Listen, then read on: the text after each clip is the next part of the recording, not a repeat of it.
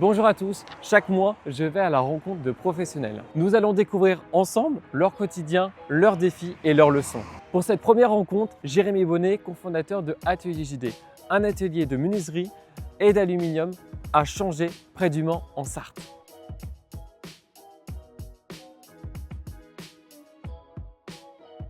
Salut Jérémy, Salut. ça va? Ça va et toi? Bon du coup c'est Atelier JD. Ouais, bienvenue à l'atelier.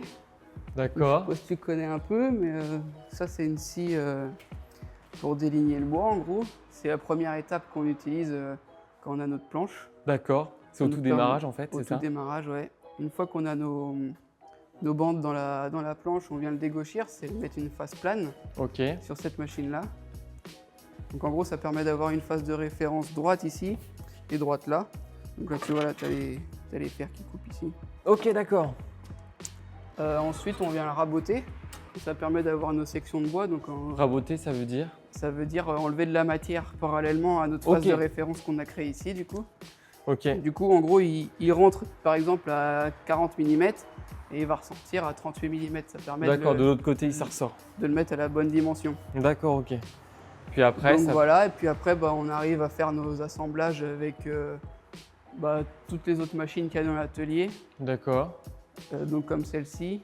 Ouais, c'est pour couper, j'imagine. Là, c'est pour couper, ouais, c'est pour faire des formes. On a que du bois. Que du bois là. Et la partie aluminium, du La coup, partie aluminium est dans le fond. Donc on a notre scie de tête qui permet de couper nos bords d'aluminium à longueur. D'accord. Et donc voilà un peu le tour. Là tu vois, là ça c'est des toupies, on en a deux.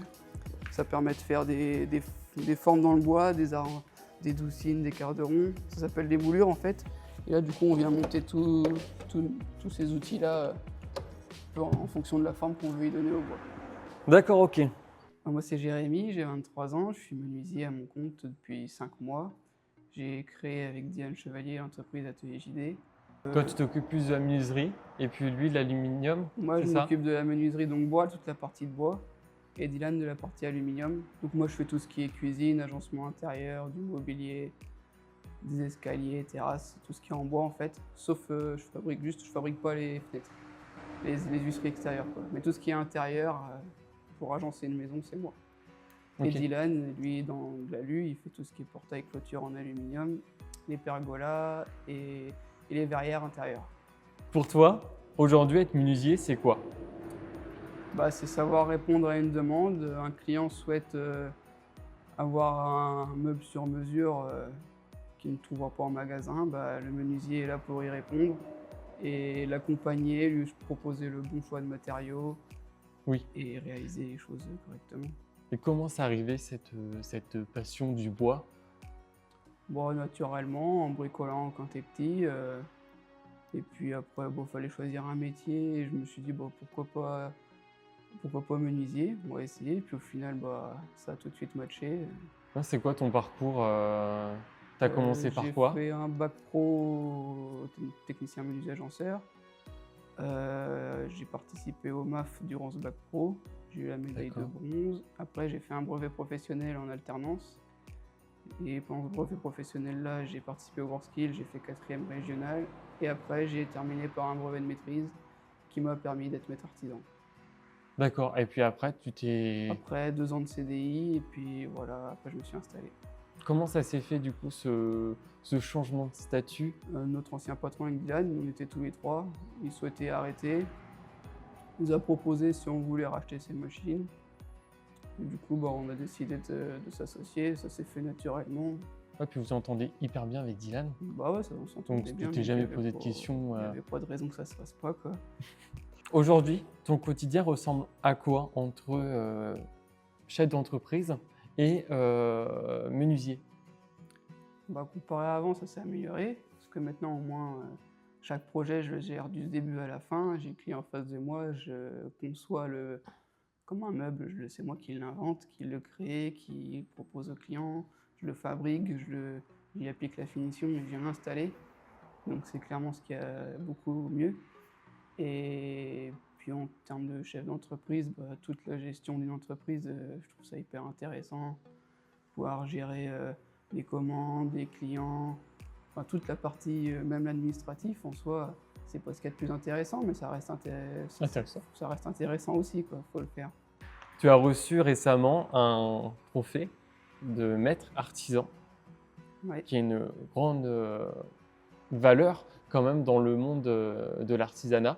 Ouais, bah, c'est une des plus grandes reconnaissances du métier, quoi.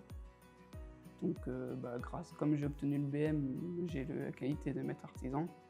Et comme j'ai ouvert mon entreprise, bah, j'ai voulu faire bénéficier de ce label-là à l'entreprise.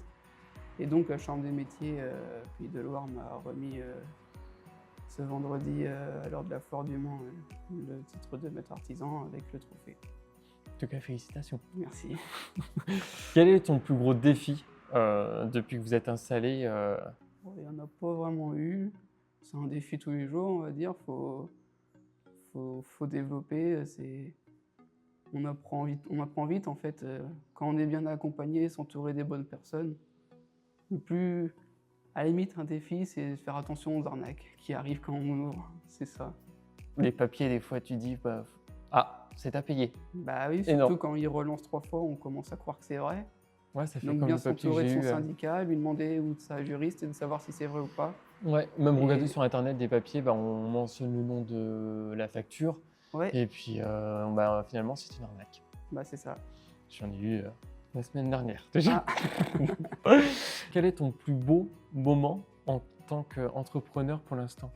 En tant que chef d'entreprise, bah déjà le fait d'acquérir l'atelier, c'est déjà énorme. Ouais, d'avoir un local déjà, c'est D'avoir un atelier, puis faire des beaux projets pour les clients. ouais, c'est ça. Puis le bois, ça reste une matière qui est très intéressante à travailler, Bah quoi. oui. On peut en faire ce qu'on veut en fait du bois. Bah, il y a pas beaucoup de limites, ouais. Ouais, c'est À ça. part l'imagination et le budget. À part si ça craque le bois.